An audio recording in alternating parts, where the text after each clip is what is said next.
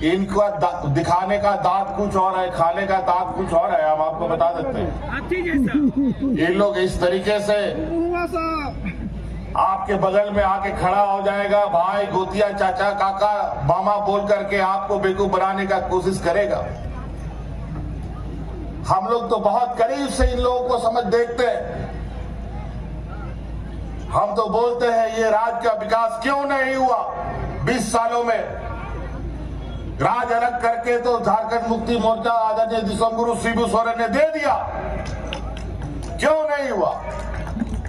क्या शिबू सोरेन सरकार चलाता था कि हेमंत सोरेन सरकार चलाता?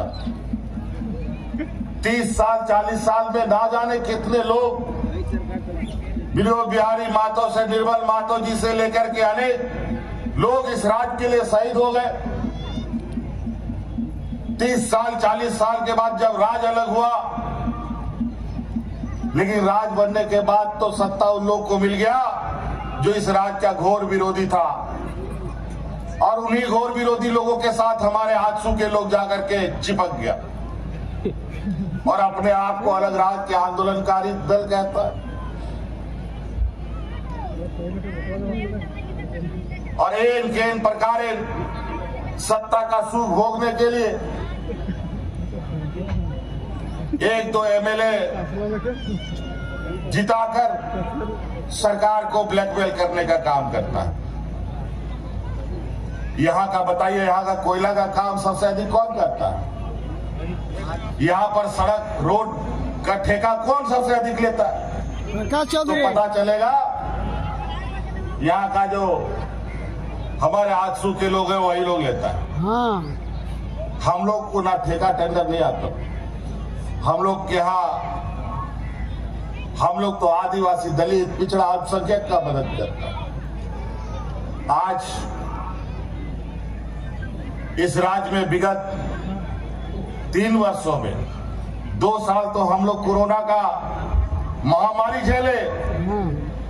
कोरोना एक ऐसा महामारी इस देश में आया कि उसका इलाज किसी के पास नहीं था, और झारखंड जैसा पिछड़ा राज्य जो इन लोगों ने दलदल में ढकेल दिया था, इस राज्य के लिए तो और मुसीबत।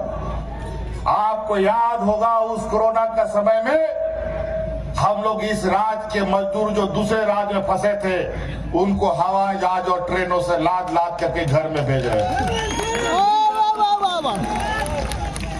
इन लोग बोलता था, इनके प्रधानमंत्री बोलते हैं हवाई चप्पल वाले को हवाई जहाज में चढ़ाएंगे।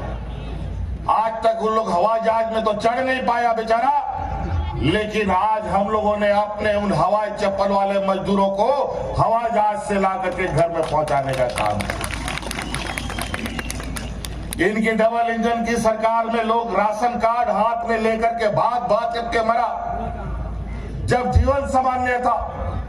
लेकिन ऐसे बड़ी महामारी में भी इस राज्य में हम लोगों ने एक भी मजदूर को भूखा नहीं मरने दिया। जब हाट बाजार गाड़ी मोटर काम धाम फैक्ट्री सब बंद था, मजदूरों को धक्का मार के घर से बाहर निकाल दिया। किसी को मजदूर को मजदूरी यहाँ नहीं मिलता था। मजदूर को काम नहीं मिलता है तो एक दिन भी तो उसका चूल्हा नहीं जलता, पूरा परिवार को भूखा सोना पड़ता है। ऐसे 2 सालों तक इस राज्य में मंजर रहा, और इन 2 सालों में भी हम उन मजदूरों को जिनको काम नहीं मिला उनको मुफ्त गांव-गांव में अनाज बना करके खिलाने का काम हम लोग किए थे।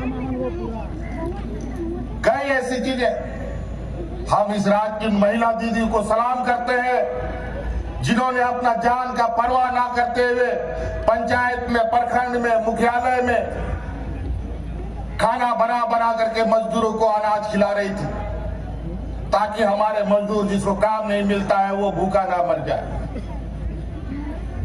और इन बेईमानों ने अपने डबल इंजन की कार्यकाल में 11 लाख गरीब किसानों का राशन कार्ड से नाम हटा दिया।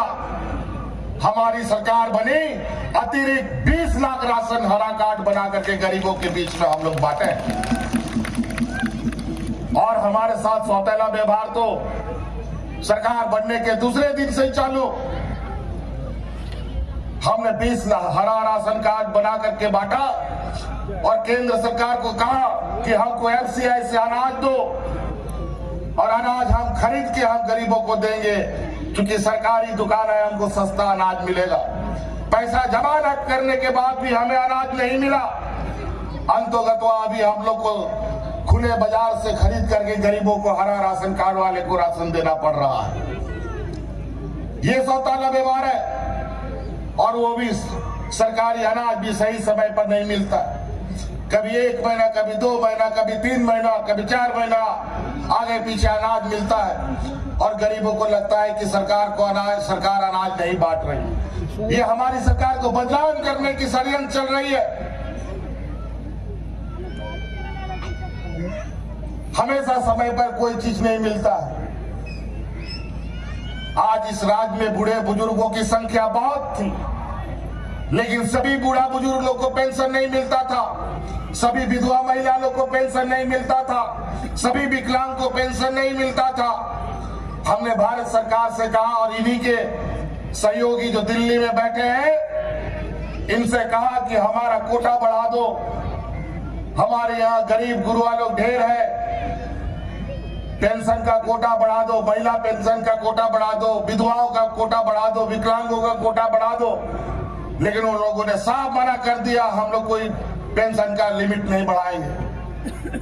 हमको इस राज्य की गरीबी का पता था, इसीलिए हमने केंद्र सरकार का इंतजार ना करते हुए, उनकी परवाह ना करते हुए, इस राज्य का जितना 60 साल से अधिक बूढ़ा बुजुर्ग है, सबको पेंशन देने का कानून बना दिया। हमको बताओ, आपके गांव में कोई बूढ़ा बुजुर्ग बिना पेंशन का है? कोई विधवा महिला बिना पेंशन का है? कोई आपको बिना पेंशन का बूढ़ा बुजुर्ग नहीं मिलेगा। लेकिन ना पहले विधायक के पास, ना मंत्री के पास, ना मुख्यमंत्री के पास इस पेंशन का समस्या का समाधान करने का हल चल रहा है। ब्लॉक में लोग ठगे जाते थे, बूढ़ा बुजुर्ग लोग 1000 रुपया का पेंशन का कार्ड बनाने को लेकर अनेकों दलाल के चक्कर में फंस जाता था। अब कोई दलाल का चक्कर नहीं, BDO CO कभी मिलता नहीं था। आज पंचायत में ब्लॉक का ऑफिस खुल करके यहाँ के गरीबों की समस्या का समाधान किया जा रहा है।